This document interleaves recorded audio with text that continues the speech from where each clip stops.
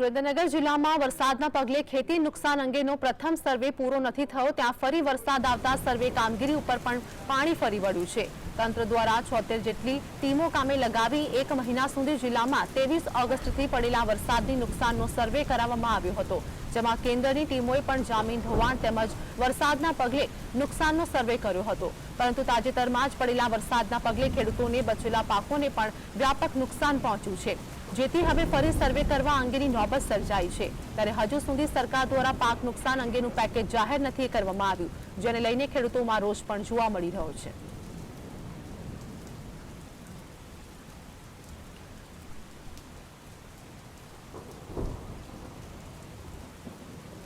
आज मुद्दे हमारे साथ हमारा सहयोगी फजल हमारे साथ लाइव जोड़े गया है। फजल, सुरेन्द्रनगરની વાત કરીએ કે ખેડૂતો હાલ હાલાકીનો સામનો કરી રહ્યા છે, પહેલા પણ તેઓને વળતર ચૂકવવામાં નથી આવી, ફરી એક વખત વરસાદ પડતા પાકોને ઘણું નુકસાન થયું છે, શું વધુ અપડેટ? જી, જો ચોક્કસથી વાત કરવામાં આવે તો સુરેન્દ્રનગર જિલ્લામાં જે 1 મહિના પહેલા વરસાદ ખાબક્યો હતો 23 ઓગસ્ટને લઈ જે વરસાદ પડ્યો હતો તેનો સર્વે હજી પાક નુકસાનનો પૂરો નથી થયો, ત્યાં ફરી એક વખત સુરેન્દ્રનગર જિલ્લામાં વરસાદ ખાબકવા પામ્યો છે। ઉલ્લેખનીય છે કે ખેડૂતોના તલ, કપાસ, મગફળી જેવા બચેલા પાકો પણ આ વરસાદના કારણે સુકાવા લાગ્યા છે અને ભારે નુકસાન પહોંચ્યું છે। સર્વે કામગીરી ઉપર પણ પાણી ફરી વળ્યા હોય તે પ્રકારની નોબત છે તે હાલ સુરેન્દ્રનગર જિલ્લામાં સર્જાઈ જવા પામી છે। સુરેન્દ્રનગર ખેતીવાડી વિભાગ દ્વારા 23 ઓગસ્ટથી લઈ 29 ઓગસ્ટ સુધી સુરેન્દ્રનગર જિલ્લામાં જે વરસાદ પડ્યો હતો જેને લઈને અલગ અલગ વિસ્તારોમાં 76 જેટલી ટીમો સર્વે માટે કામે લગાવવામાં આવી હતી અને ખેડૂતોના ખેતરો સુધી જઈ અને આ સર્વેની ટીમો જે પાક નુકસાન થયું છે, કપાસ, મગફળી, તલ જેવા પાકોને નુકસાન થયું છે તેનો સર્વે કરી અને તાજેતરમાં સરકારને રિપોર્ટ સોંપવાની તૈયારીમાં હતી, ત્યારે હવે ફરી એક વખત સુરેન્દ્રનગર જિલ્લામાં છેલ્લી 48 કલાકથી જે વરસાદી સિસ્ટમ સક્રિય થઈ છે જેને લઈને સારો એવો વરસાદ પડવા પામ્યો છે। સુરેન્દ્રનગર જિલ્લામાં સરેરાશ એક તાલુકામાં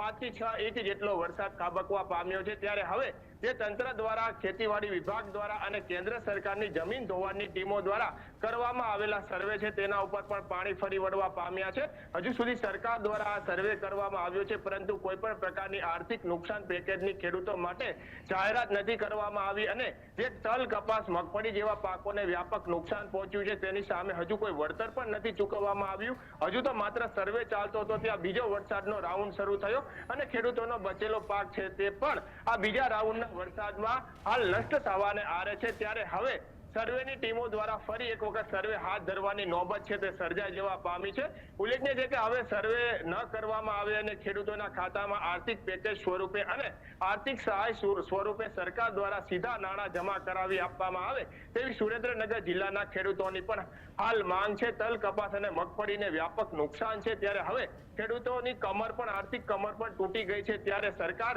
ખેડૂતો સામે જોવી અને સર્વેના નામનું નાટક બંધ કરી અને ખેડૂતોના ખાતામાં આર્થિક પેકેજ સ્વરૂપે સીધા પૈસા જમા કરી દે તેવી સુરેન્દ્રનગર જિલ્લાના ખેડૂતોની પણ માંગણી છે। જી બિલકુલ ફઝલ, વાત કરીએ સુરેન્દ્રનગરમાં જે પ્રમાણે ખેડૂતો દ્વારા પહેલા પણ માંગ કરવામાં આવી હતી કે સર્વેની ટીમ દ્વારા જે સર્વે કરવામાં આવી રહ્યો છે તે ધીમી ગતિએ ચાલી રહ્યો છે, ફરી એક વખત વરસાદ પડ્યો છે, પહેલા તો વળતર ચૂકવવામાં ન આવ્યું, ફરી એક વખત વરસાદ પડતા તે લોકોને મોટા પાયે નુકસાન થયું છે, ત્યારે હવે શું લાગી રહ્યું છે, ખેડૂતો શું પગલાં લેશે, કેમ કે ઘણું નુકસાન થઈ ગયું છે અને એક તો સર્વેની કામગીરી પણ ધીમી ગતિએ ચાલી રહી છે?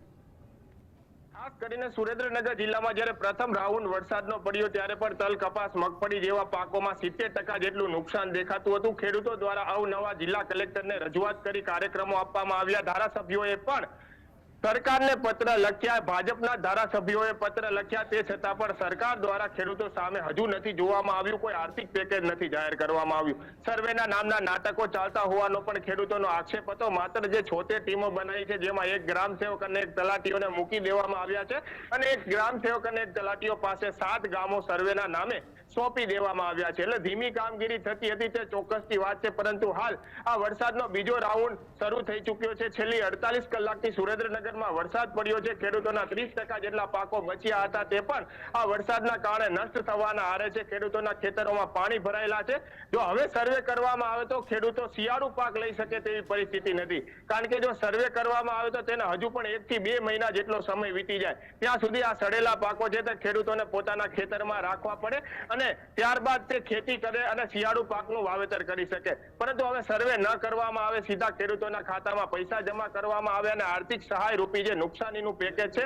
તે ખેડૂતોને પોતાના સીધા ખાતામાં મળી જાય તેવી સુરેન્દ્રનગર જિલ્લાના ખેડૂતોની માંગણી છે. સર્વેનું માત્ર નાટક ચાલી રહ્યું છે, કારણ કે હવે સર્વે કરવામાં આવે તો 2 થી 3 મહિના જેટલો સમય વીતી જાય તે પ્રકારની પરિસ્થિતિ છે. એટલે સર્વે બંધ કરી અને ખેડૂતોના ખાતામાં આર્થિક સહાય પેકેજ જાહેર કરી અને રૂપિયા જમા કરાવવામાં આવે તે હવે સુરેન્દ્રનગર જિલ્લાના ખેડૂતો માંગ કરી રહ્યા છે. જી ફઝલ, અમારી સાથે જોડાવા બદલ, સમગ્ર માહિતી બદલ આપનો